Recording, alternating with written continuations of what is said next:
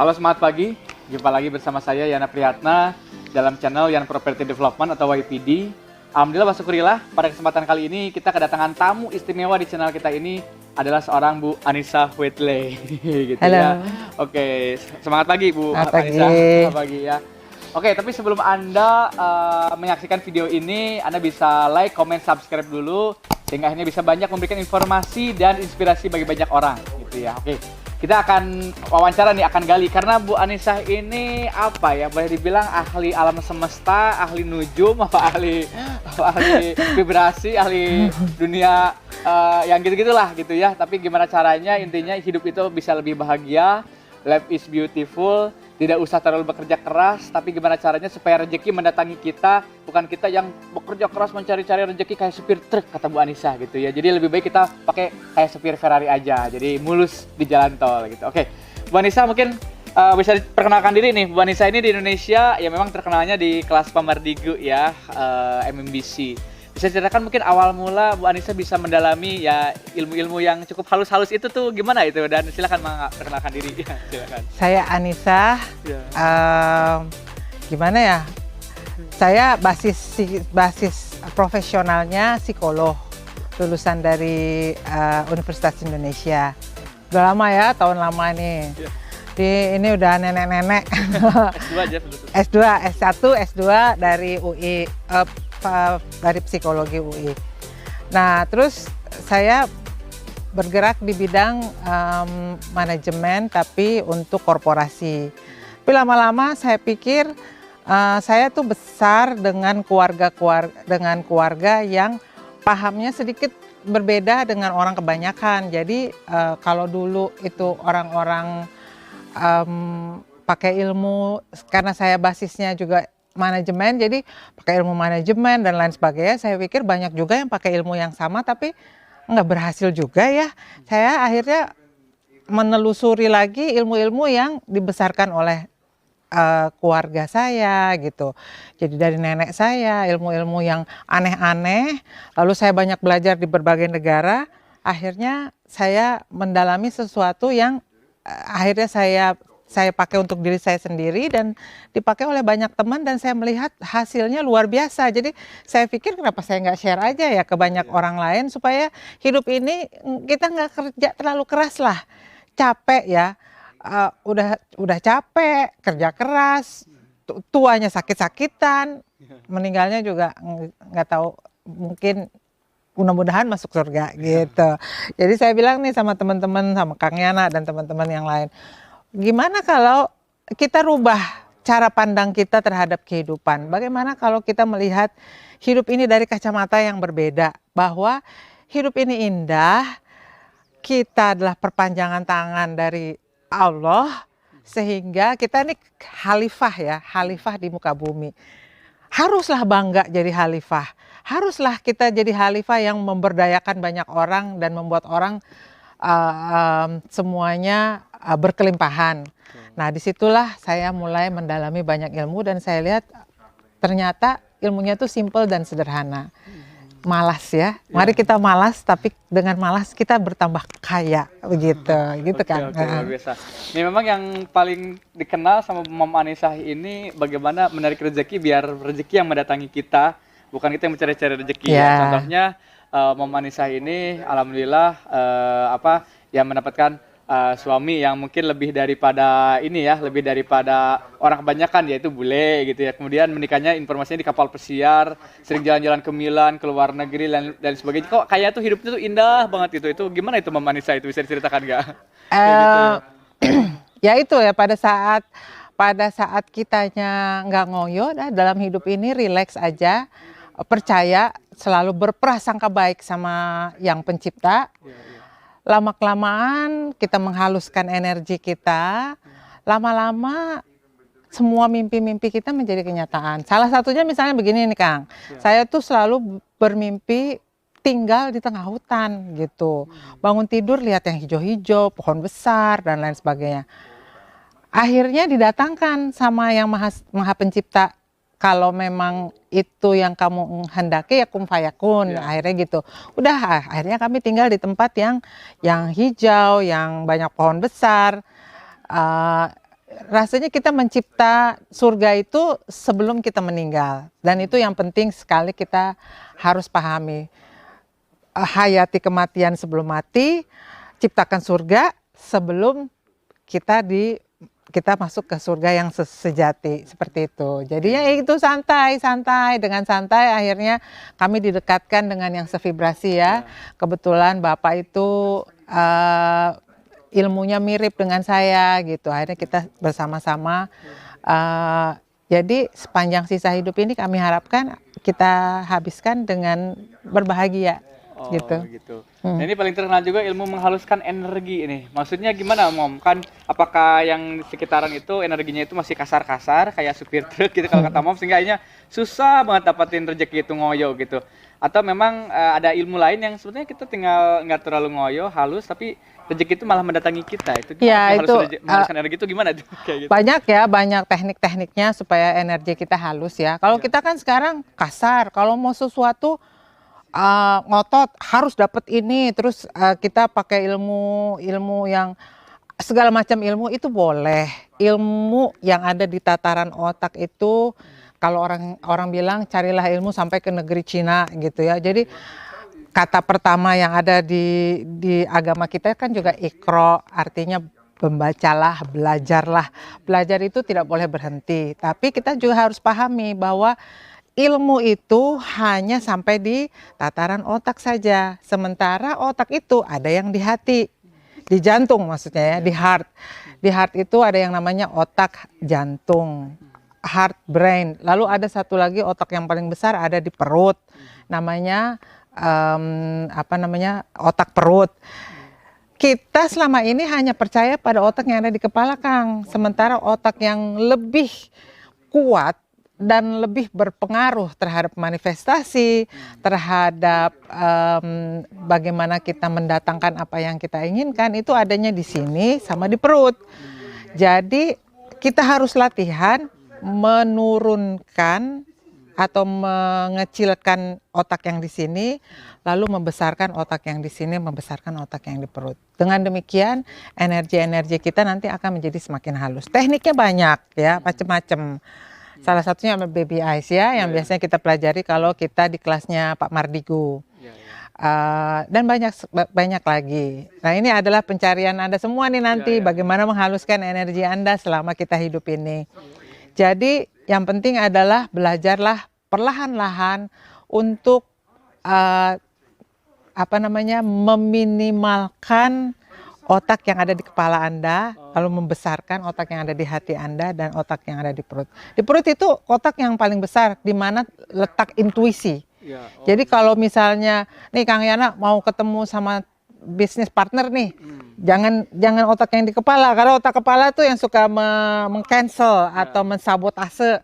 Tapi dengarkan otak perutnya, enak gak sih perutnya? Ada mual atau apa gitu. Nah, kalau perutnya enak, berarti kemungkinan besar orang yang akan kita temui ini akan bermanfaat dalam hubungan kita gitu di kedepannya. Jadi itu yang udah harus kita kelola seperti itu. Oke.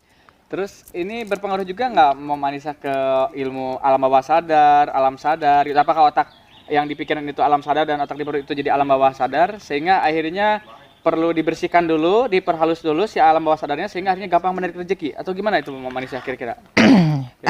Itu mungkin istilah kali ya, istilah. Tapi memang sebagian besar apa yang kita terima itu adanya di bawah sadar. Jadi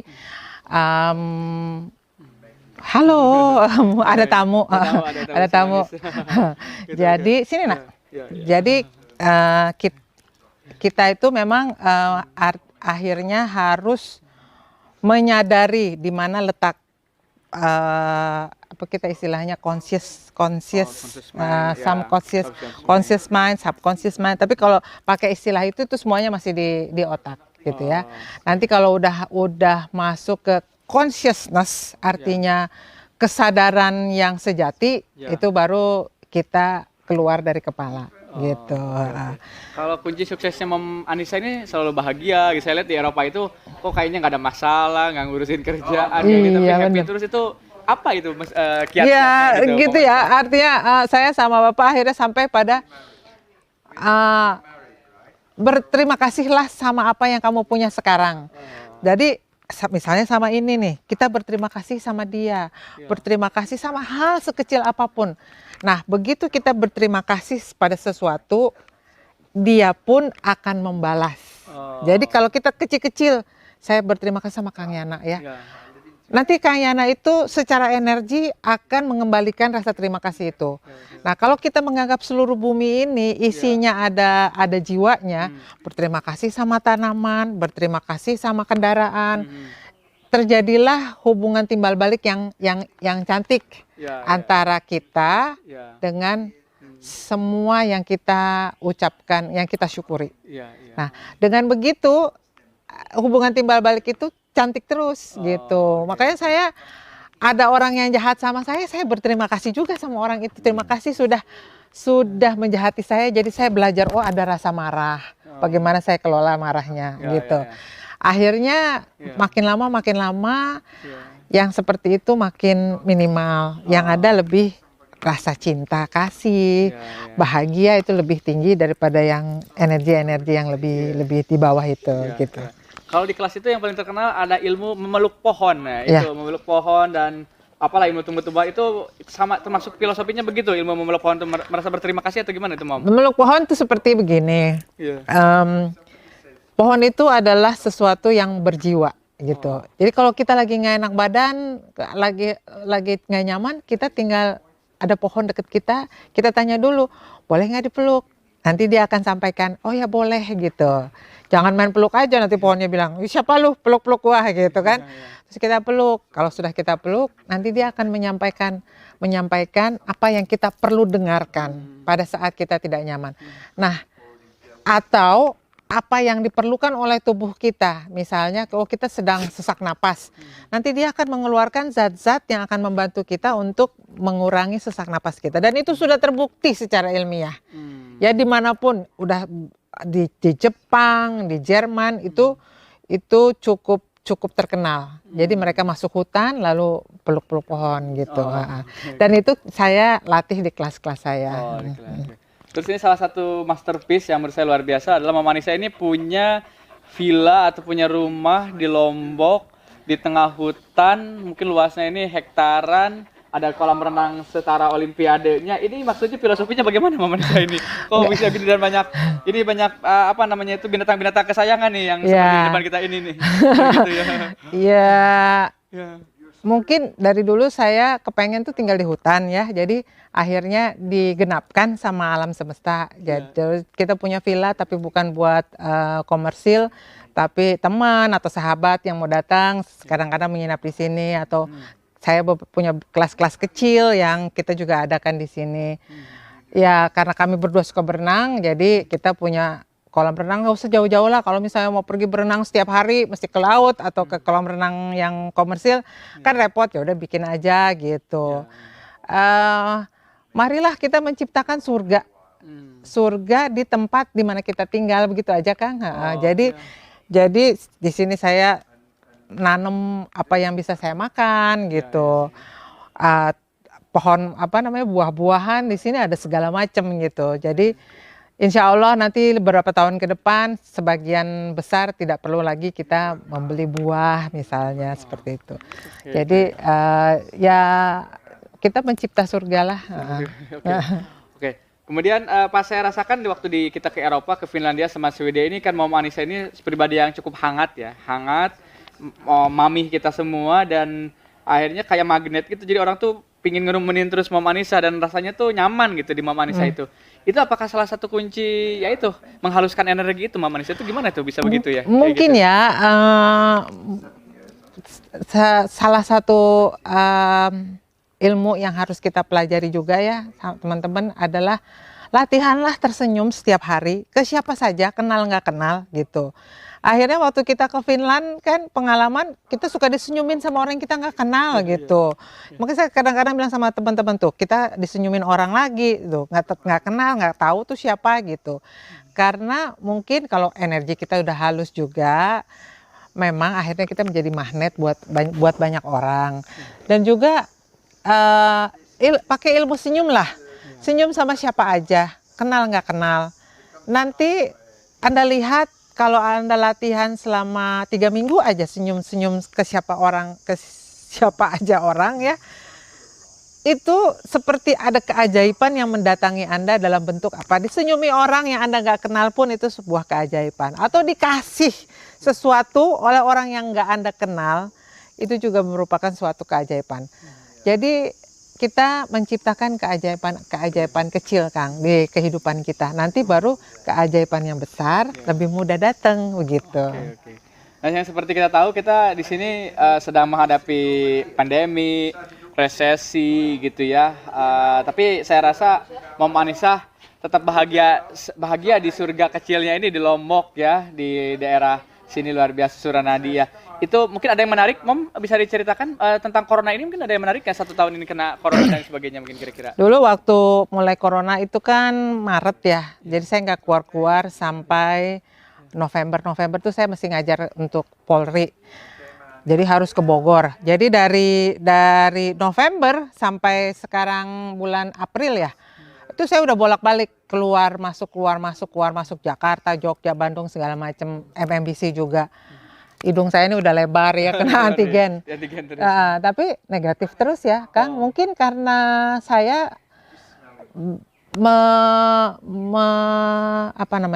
memandang corona ini sebagai sahabat ya, bukan sesuatu yang harus dimusuhi, bukan sesuatu yang harus dilawan, tetapi sesuatu yang memang ada di tubuh kita, yang kadang-kadang dia menjadi lebih banyak daripada yang harusnya kita butuhkan.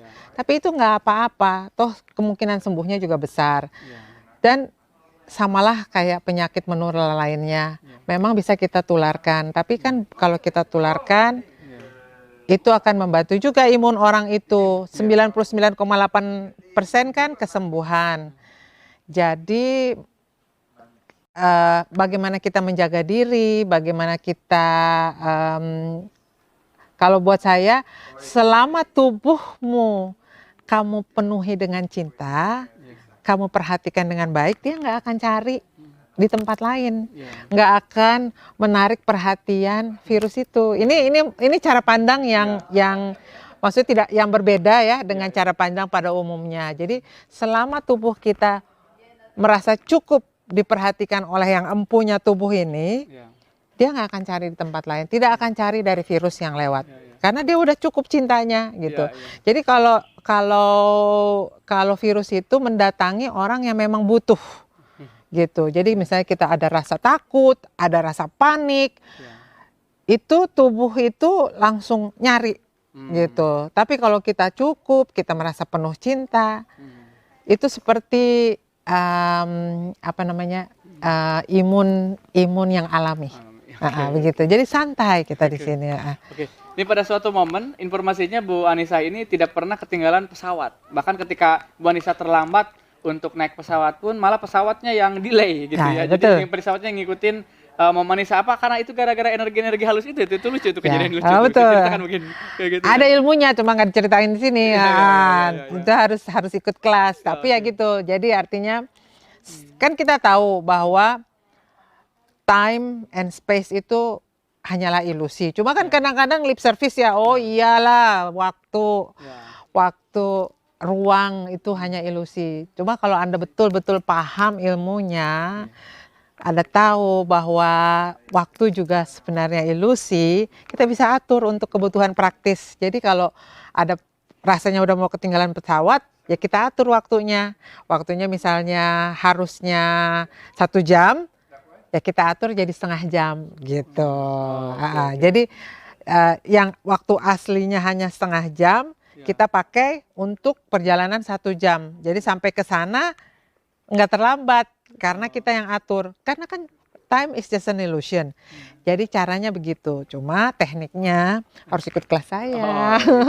Oke, mengenai kelas sendiri nih bisa diceritakan nggak lah karena kelas Journey itu ya yang Journey Home yang membuat orang lebih energi lebih halus, lebih indah, lebih beautiful dan kebanyakan yang ikut udah kelas Mom Anissa informasinya banyak yang hoki katanya ya. Betul. Ada yang tiba-tiba ketinggalan si kapalnya itu ketinggalan berlayar tapi ternyata kalau dia sampai berlayar bisa terjadi kebakaran di tengah laut gitu ya. Betul. Terus ada yang dapat Justru yang tadinya kerja keras, dia makin santai. Ini belum ikut, ada beberapa nih yang teman-teman dari MMBC belum ikut Journey Home aja. Dia bilang, gini saya pakai ilmunya Mama Nisa nih. Jadi saya tambah malas, istrinya tambah bingung. Kok kamu tambah malas, tolong nih ya. Saya baru belajar nih sama Mami ini katanya. Dia tambah malas, wah rezekinya tambah banyak gitu ya. Kemarin saya bikin kelas 3 jam itu apa di Jakarta ada kelas buka hati, buka jiwa itu pada laporan gitu. Jadi ya memang itu seperti saya katakan tadi, indikator dari bagaimana ilmu kita berhasil adalah pada saat itu rezeki kita dimudahkan, seperti itu apa namanya bala itu kita dijaga, lalu kemudahan-kemudahan dalam hidup ini. ada media sosial mungkin Mama Nisa, ada FB atau IG biar orang nanti bisa. IG saya di IG ada @anisah_cantik. Oh, Anissa Cantik pakai H ya? Pakai H nanti Anissa Anissa Cantik. Kalau FB? FB-nya Anissa Whitley, cuma saya jarang di FB, Oh, lebih iya, banyak iya. banyak di IG aja. Anissa Cantik aja ya. Anissa Cantik. Oke, mungkin terakhir Mama Nisa, ada pesan nggak bagi saat ini mungkin orang kan terkena resesi, pandemi, mungkin stres, ada yang merasa ya, ini bukan hidupnya gitu, ada yang mau bunuh diri, ada yang oh kayaknya saya gagal apa gitu. Silakan mungkin bagi teman-teman mungkin Mama Nisa kira-kira. Begini aja deh. Mungkin saat ini kita tidak tahu rencana Tuhan itu seperti apa, dan juga mungkin nggak perlu tahu ya. Kenapa kita diberi pandemi, kenapa kita diberi resesi dan lain sebagainya. Yang perlu kita tahu bahwa kita ini makhluk ciptaannya dibentuk secara sempurna. Tidak mungkin tidak kita dijaga, kita dipelihara.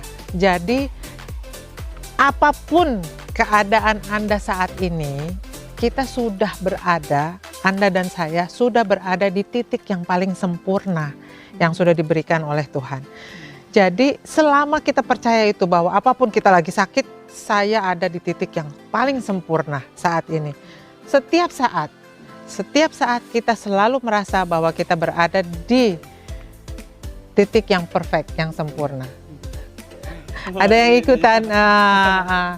Oke, ini ya. luar biasa.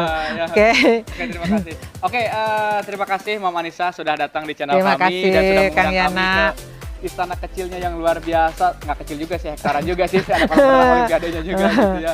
Tapi luar biasa, mudah-mudahan Mama Nisa bisa menginspirasi, memotivasi, amin. dan banyak memberikan informasi bagi banyak orang, sehingga akhirnya banyak orang yang tadinya bingung, stres, ngerjain apa, menjadi hidupnya menjadi jauh lebih bahagia, dan life is beautiful ya Mama Nisa ya. Oke, terima kasih, salam sukses luar biasa, sampai jumpa lagi di video-video YouTube kami. Semoga pertemuan dengan Mama Nisa menjadikan banyak inspirasi bagi kita semua. Salam sukses luar biasa, hatur nuhun, saya Yana Priyatna. Saya senang berbagi dan senang mencari ilmu. Hatur nuhun, wassalamualaikum warahmatullahi wabarakatuh. Terima kasih Mama Nisa. Terima kasih sama-sama. Assalamualaikum.